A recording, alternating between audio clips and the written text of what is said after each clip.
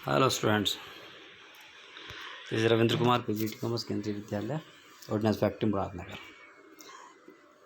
इससे पहले first part में हमने जो किया था वो किया था हमने introduction to the reconstitution of partnership firm in change in the relationship of existing partner.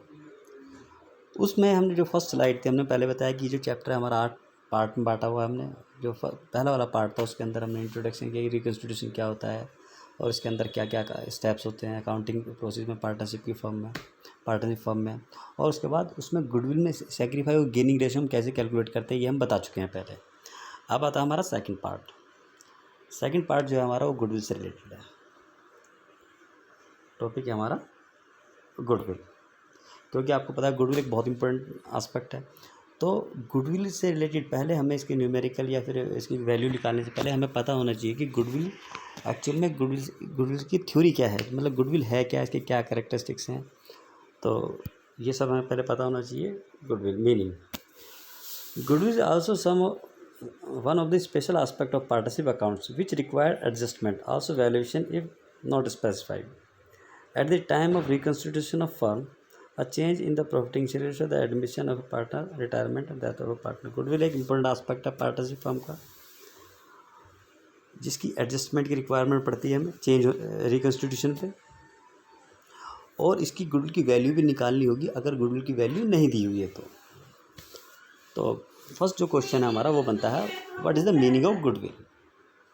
Over a period of time a well established business develop an advantage of good name, reputation and wide business connections. This helps the business to earn more profit as compared to a newly set up business. In accounting, the monetary value of such advantage is known as goodwill. जैसे जैसे हम business start करते हैं धीरे धीरे वक्त गुजरता है, वक्त गुजरते के साथ साथ हमारा क्या होता है, बिज़नेस का नाम बन जाता है, नाम के साथ साथ उस बिज़नेस के रिलेशनशिप बनते हैं सोसाइटी में इम्पोर्टेंट लोगों से।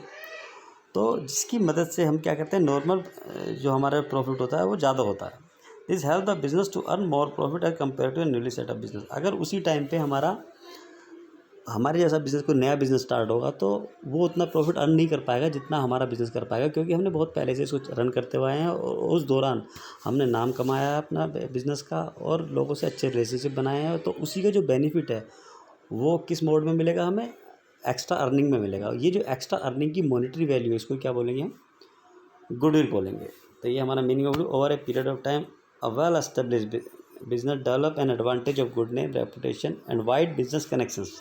This help the business to earn more profit as compare to a newly setup of business. In accounting the monetary value of such advantage known as goodwill. तो ये हमारा क्या है, इसको हम गुडविल बोलेंगे। बता हमारा factor affecting the value of goodwill. दो किसी बिज़नेस की क्या कैसी गुडविल होगी, ज़्यादा हो सकती है, कम हो सकती है। तो किसी भी बिज़नेस की गुडविल को इफ़ेक्ट करने वाले क्या क्या फैक्टर्स होंगे उसमें हमें समराइज़ करेंगे। 5 हमने फैक्टर डाले हैं, जिसको जितनी फैक्टर्स को 5 फैक्टर्स के अंदर समराइज़ किया हमने। फर्स्ट है nature of business. A firm that produce high value added products or having a stable demand is able to earn more profit and therefore has more goodwill। अगर कोई business क्या कर रहा है, ज़्यादा महंगे कॉस्टली प्रोडक्ट बना रहा है और उसकी डिमांड क्या है, बराबर बनी हुई है, तो उसकी जो गुडविल होगी वो ज़्यादा होगी। जबकि जैसे मान लो कोई एरोप्लेन बनाता है तो एरोप्लेन क्या है कि कॉस्टली आइटम है, और जबकि दूसरा कोई साइकिल बनाता है तो साइकिल बनाने वाली गुडविल इतनी नहीं होगी जितनी क्या है कि एक एरोप्लेन बनाने वालों की होगी। तो नेचर ऑफ बिज़नेस पे डिपेंड करता है कि बिज़नेस का नेचर हमारा किस तरह का है। दूसरा है लोकेशन।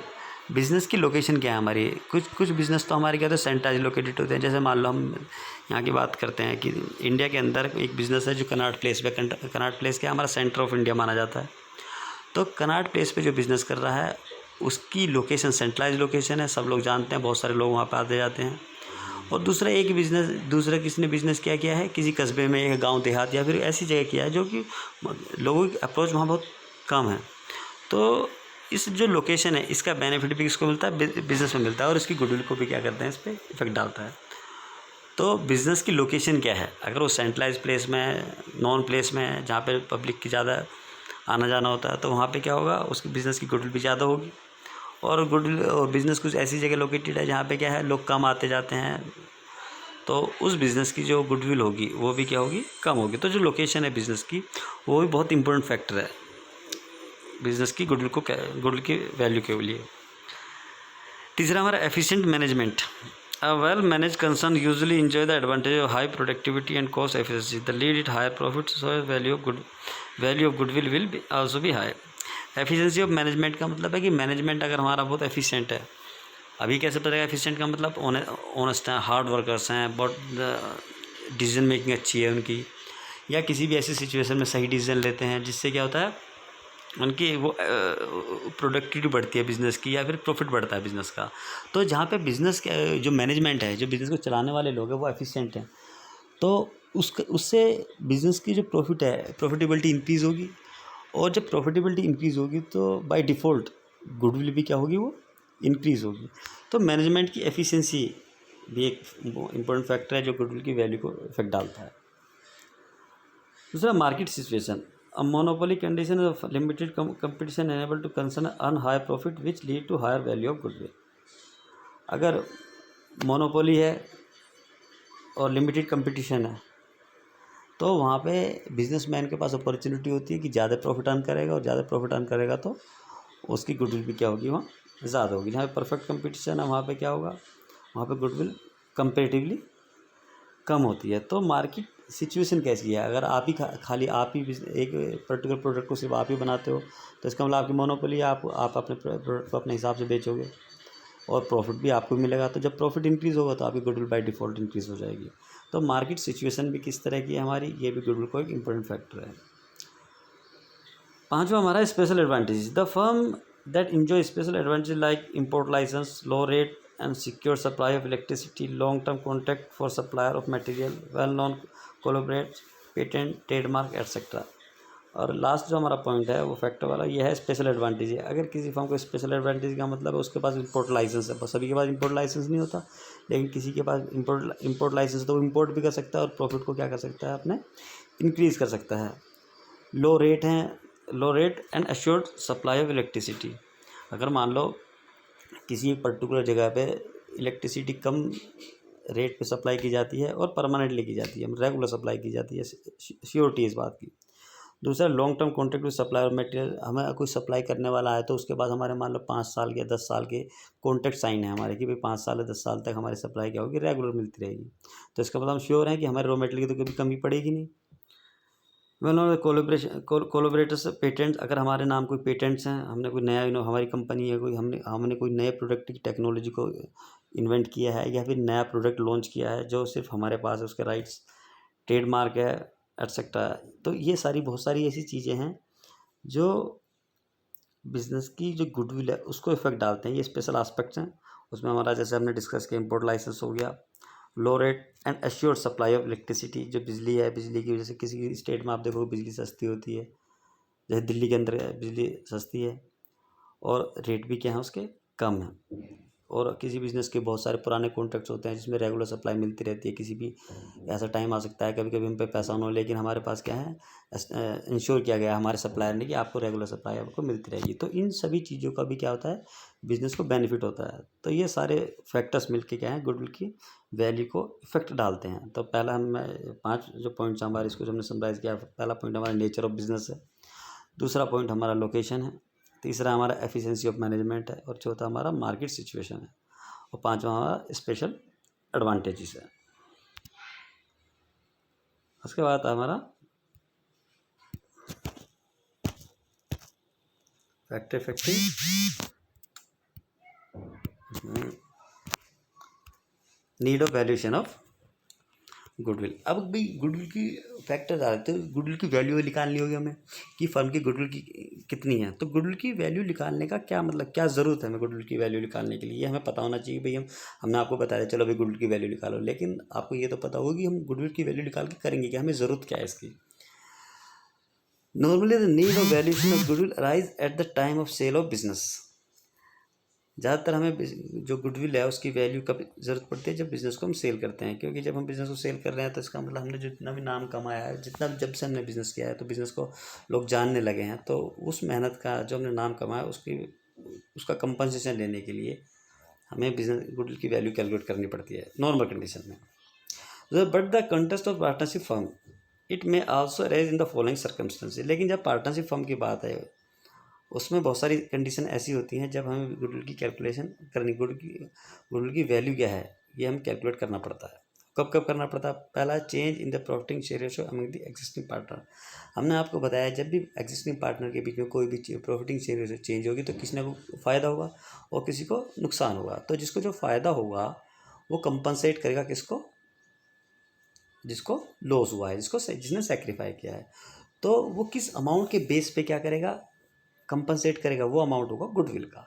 तो अब यहाँ पे हमें क्या करना होगा? गुडविल की वैल्यू कैलकुलेट करनी होगी। दूसरा, एडमिशन ऑफ न्यू पार्टनर। मान लो ए और बी पार्टनर थे, सालों से मेहनत करते हुए आए थे। अब सी आएगा, सी भी उसी प्रॉफिट को एंजॉय करेगा, जबकि वो जो प्रॉफिट है वो रिजल्ट है हमारा किसका? ए और बी की मेहनत का। जब ए और बी ने इतनी मेहनत की है तब जाके क्या हुआ है? बिजनेस ने प्रॉफिट अर्न किया है। और ऐसे ही जब सी आएगा तो सी डायरेक्ट इन्जॉय करेगा उस प्रॉफिट को। तो उस प्रॉफिट को इन्जॉय करने के लिए पुराने पार्टनर का शेयर वो खरीदेगा। तो पुराना पार्टनर को जब शेयर खरीदेगा तो इसका मतलब ये हुआ कि जो पुराने पार्टनर थे उन्होंने अपना शेयर किसको बेच दिया? नए पार्टनर को बेच दिया। तो नया पार्टनर पुराने पार्टनर को कंपनसेट करेगा उस शेयर को। तो उसको कंपनसेट करने का बेस भी क्या होगा? हमारा गुडविल होगा। तो एडमिशन के टाइम पे भी हमारा क्या होता है? गुडविल की कैलकुलेशन करनी होगी। फिर है रिटायरमेंट ऑफ ए पार्टनर। कोई partner A B C partner थे, ए रिटायर हो गया। तो जब वो रिटायर होगा तो उसने भी मेहनत की हुई है, तो उसकी वजह से भी तो बिज़नेस का नाम हुआ। तब तो बिज़नेस का जितना नाम हुआ, जो गुडविल हुआ उसकी मेहनत का, तो वो भी अपना शेयर लेके जाएगा। वो शेयर किसके इक्विवेलेंट लेके जाएगा? जो उसने गुडविल अर्न किया। तो यहाँ पे भी क्या होगा? हमें गुडविल की कैलकुलेशन करनी होगी। तो हमारा death of a partner, retirement death, लगभग सेम कंसेप्ट है। रिटायरमेंट प्लान होता है और डेथ क्या होती है? अनप्लान होती है। तो यहाँ पे भी बिल्कुल सेम कंसेप्ट है। जो जिसकी डेथ हो गई है पार्टनर की, उसके घर वाले या फिर परिवार वाले लोग क्या करें? उसका शेयर देना होगा। उसका शेयर क्या होगा? जो भी नाम कमाया है हमने बिजनेस का, तो उसमें उसका भी शेयर था। तो यहाँ पे भी क्या होती है? हमें ज़रूरत पड़ती है किसकी? गुडविल की वैल्यू निकालने की। तो ये हमारे क्या हैं? यहाँ dissolution of a firm involving sale of business as a going concern. अगर हमने अपना बिजनेस फर्म को क्या कर दिया? एज इट इज़ बेच दिया, किसी ने खरीद लिया पूरा का पूरा बिजनेस हमारे नाम के साथ ही, तो तब भी हमें क्या करना पड़ेगा? गुडविल की वैल्यू कैलकुलेट करनी होगी। तो ये 5 हमारी कंडीशन है, 6 कंडीशन है, sorry. Amalgamation of partnership firm, change in the profiting sharing ratio among the existing partner, admission of a new partner, retirement of a partner, death of a partner and dissolution of a firm involving sale of business as a going concern. और जो हमारी last situation है वो है amalgamation of partnership firm. जब दो firm क्या होंगी? मिल जाएंगी हमारी। तो ये 6 कंडीशन है जहाँ पे हमें गुडविल की वैल्यू कैलकुलेट करनी होती है। और क्यों करनी होती है ये मैंने आपको बता दिया है। Need of valuation of goodwill. Thank you. ये हमारा क्या था? सेकंड पार्ट था। इसके बाद जो आगे होगा कि गुडविल की वैल्यू कैसे निकालते हैं, किस मेथड से, वो हम थर्ड पार्ट में हम डिस्कस करेंगे।